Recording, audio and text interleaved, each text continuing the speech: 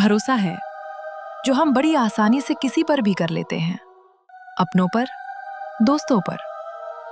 लेकिन शायद हमें नहीं करनी चाहिए इतनी आसानी से किसी पर भी भरोसा। बाद में हमें बहुत महंगी पड़ती है। तो क्या हम अपनों पर भी भरोसा ना करें? माँ बाप, भाई बहन, पति पत्नी। साक्षी जो एक बिहार के बहुत ही छोटे से गांव में रहती थी, उसके साथ एक ऐसी घटना घटी जो शायद आपको सुनने में बहुत ही अजीब सी लगे। हर आत्मा बुरी नहीं होती। आज की कहानी सुनाने के बाद आपको ये महसूस होगा।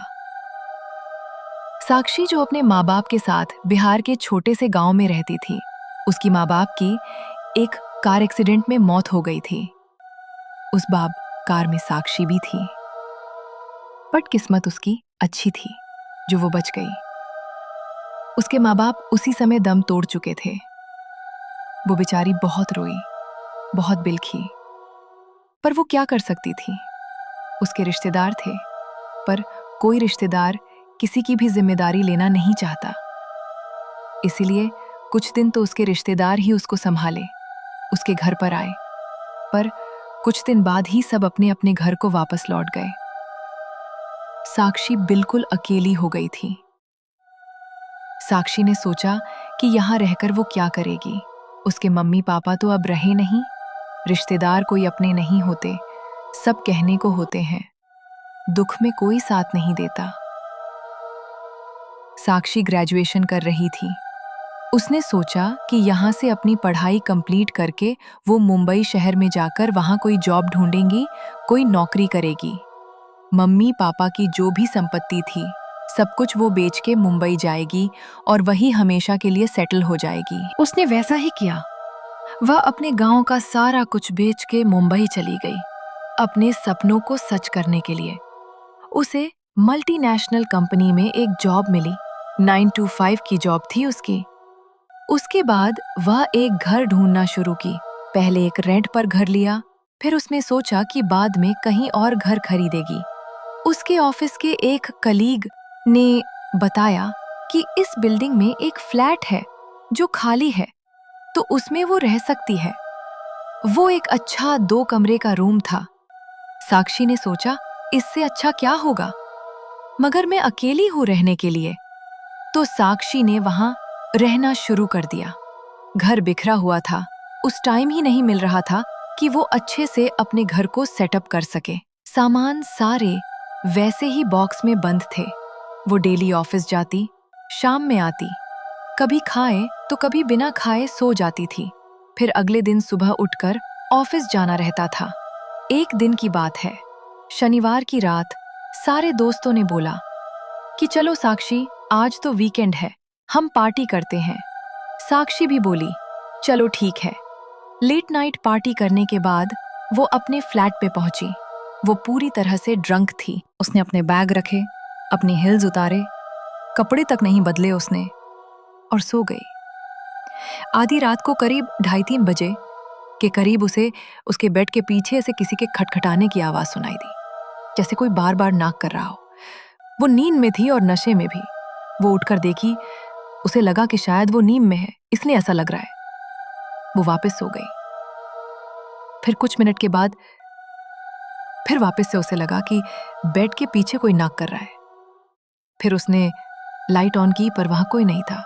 उसने सोचा कि मैं नशे में हुई, इसलिए मुझे अजीब अजीब सी आवाज सुनाई दे रही है। वो वापस सो गई। सुबह उठी, अगले दिन संडे था। वो लेट से उठी 11 बजे। उसकी नींद खुली, अपना घर देखा, पूरा अस्त व्यस्त था। उसने सोचा कि आज तो संडे है, मैं अपना घर अच्छे से साफ करूंगी। 1 वीक हो गया, बट अपने घर को मैंने सेट नहीं किया। वो पूरा दिन अपना घर की साफ सफाई में लगी रही, सामान ऑर्गेनाइज किया। वो काफी थक चुकी थी, उसमें खाना बनाने की हिम्मत नहीं बची थी। उसने सोचा कि कुछ ऑनलाइन ऑर्डर कर लेती हूँ। उसने खाना खाया, ऑलरेडी शाम हो चुका था। वो थक गई थी। उसने वापस से थोड़ी देर अपने लैपटॉप पर काम किया और सो गई। फिर रात को उसे वापस से नाक नाक की आवाज सुनाई दी। वो उठी, पर कोई भी नहीं था आसपास। उसने सोचा कि आज तो मैं ड्रंक नहीं हूं, तो फिर आज किस चीज की आवाज सुनाई दे रही है मुझे? उसने वापस से लाइट ऑन किया और पूरा घर देखने लगी। कहीं भी कुछ दिखाई नहीं दे रहा था, तो वापस से वो सो गई। अब उसे हर रात किसी के नॉक नॉक की आवाज सुनाई देती थी। उसने अपने बेड को आगे पीछे खिसका कर देखा। आवाज कहां से आ रही है? क्या बेड के पीछे जो दीवार थी उससे आवाज आ रही है? उसे समझ में नहीं आ रहा था कि बेड के पीछे दीवार के अंदर से कौन नॉक कर सकता है। उसने ये बात अपनी एक दोस्त को बताई। उसके दोस्त ने बोला, क्या यार, ऐसा थोड़ी होता है, चल आज मैं तेरे साथ सोती हूं।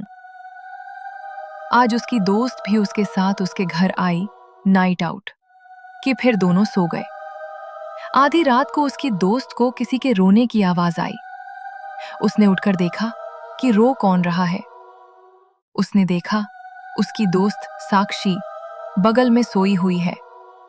वो उठी और किचन की लाइट ऑन की, हल्की लाइट ऑन की। कहीं कोई नहीं था। वो काफी डर गई। डर से वो पूरी रात सो नहीं पाई। अगली मॉर्निंग वो हड़ के बोली कि नहीं यार साक्षी, मैं तेरे साथ तेरे घर में नहीं रह सकती। सच में तेरे घर में कुछ तो अलग है।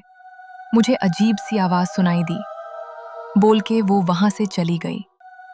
अब साक्षी को भी लगने लगा कि ऐसा क्या हो रहा है जो उसके समझ से बाहर है। साक्षी ने कारपेंटर को बुलाया। उसे लगा बेड का जो हेडबोर्ड है उसमें चूहा घुस गया है, जिसकी वजह से रात में आवाजें आती है। उसने कारपेंटर को बताया कि मैं दिन में तो रहती नहीं हूँ, इसलिए मुझे पता नहीं चलता, पर रात में खटखट की आवाजें आती है। कारपेंटर ने अच्छे से पूरा हेडबोर्ड को देखा, कहीं कुछ भी नहीं था। उसने बोला, कुछ भी नहीं है मैडम, ऐसा तो कुछ भी नहीं है, और वो वहां से चला गया। फिर वापस से वो सोई। रात को उसे वैसे ही खटखट की आवाज सुनाई दी। उसे समझ में नहीं आ रहा था कि अब क्या प्रॉब्लम है। मैंने कारपेंटर को भी बुलाकर दिखा दिया। उसी रात उसे अपने ऊपर एक सांस लेने की आवाज सुनाई दी। वो जैसे अपनी आंखें खोली, ठीक उसके ऊपर हवा में एक लड़की लेटी हुई थी। वो डर के मारे उसके मुंह से आवाज तक नहीं निकल रही थी। उस आत्मा ने बोला कि तुम डरो मत, मैं तुम्हें कोई नुकसान पहुंचाने नहीं आई हूं, बस मुझे तुम्हारी मदद चाहिए। ये बोलकर वो वापस से गायब हो गई। साक्षी को समझ में नहीं आ रहा था कि उसने क्या देख लिया, ये सपना है या सच है। उसे पूरी रात नींद नहीं आई। अगली रात जब वो सोई, लेट नाइट उसे किसी की रोने की आवाज सुनाई दी। उठ के देखी तो उसके रूम के कमरे के एक कोने में एक लड़की अपना चेहरा छुपा के सिसक सिसक के रो रही है। जैसे उसने लाइट ऑन की तो लड़की गायब हो जाती थी, और ऑफ करते ही लड़की वापस आ जाती थी। ये बहुत बार हुआ कि लाइट ऑन करने पे लड़की गायब हो जाती थी और ऑफ करते ही लड़की वापस आ जाती थी। वो रूम से बाहर भागकर रूम को बाहर से बंद करके पूरी रात हाल में बैठी रही। 2 दिन तक वो ठीक से सो नहीं रही थी। उसकी नींद गायब हो गई थी। जब भी वो सोने जाती, उसे वापस से किसी के सांस लेने की आवाज सुनाई देती थी, और दिखता था कि एक लड़की हवा में लटकी हुई है और उसे घूर घूर के देख रही है। उस लड़की की आत्मा ने बोला, घबराओ मत, मैं तुम्हें कोई नुकसान नहीं पहुंचाऊंगी, मुझे तुम्हारी हेल्प चाहिए। साक्षी ने बहुत डरते हुए बोला, कैसी हेल्प? उस आत्मा ने बोला कि मैं इस दीवार के अंदर कैद हूं, मुझे मुक्ति चाहिए।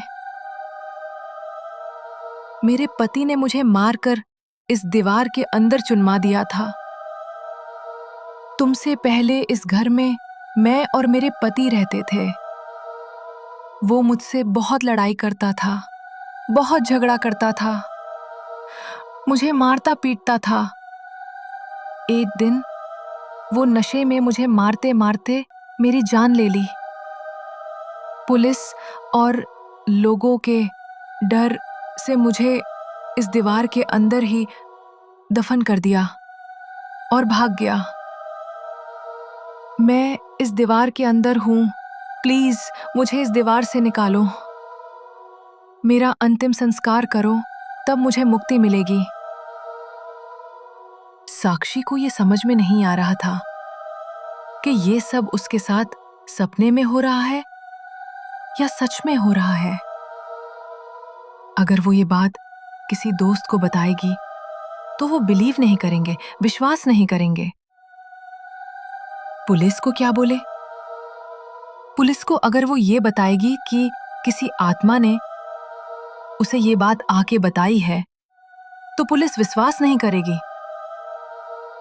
उसने पुलिस को बोला कि मेरी एक दोस्त जो पहले इस बिल्डिंग में रहती थी, वो बहुत दिन से मिसिंग है और मुझे डाउट है कि उसके पति ने उसके साथ कुछ गलत किया है। इसलिए प्लीज आप इस घर में एक बार छानबीन करिए। पुलिस आई, पूरे घर में छानबीन की, पर कुछ भी नहीं मिला। उसके बाद साक्षी ने बताया कि इस दीवार के अंदर से उसे कुछ अजीब सी आवाज सुनाई देती है। प्लीज इस दीवार के अंदर देखिए। पुलिस ने पूरा दीवार तोड़ा। जब दीवार तोड़ा तो उसके अंदर एक लड़की का कंकाल था। 6 महीने से ऊपर हो चुके थे। इस लड़की का कंकाल दीवार के अंदर था। चूड़ी और मंगलसूत्र से ये पता चल गया था कि वो एक लड़की का कंकाल। उस कंकाल को बाहर निकाला गया और साक्षी ने पुलिस के हेल्प से उसका अंतिम संस्कार किया। तब जाकर उस लड़की की आत्मा को शांति मिली।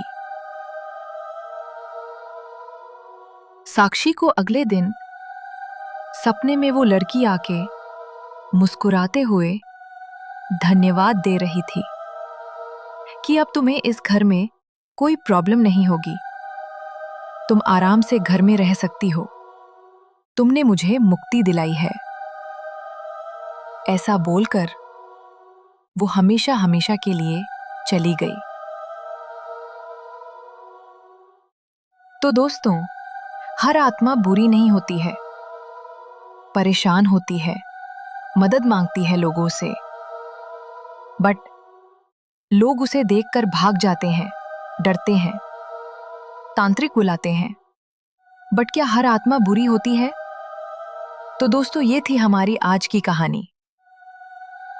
प्लीज इस चैनल को लाइक, शेयर, सब्सक्राइब करें। मिलते हैं अपनी अगली वीडियो में। आप लोग कहानी तो सुनते हो, पर मेरे इस चैनल को सब्सक्राइब नहीं करते हो। सो प्लीज चैनल को लाइक, कमेंट, शेयर और सब्सक्राइब जरूर करें।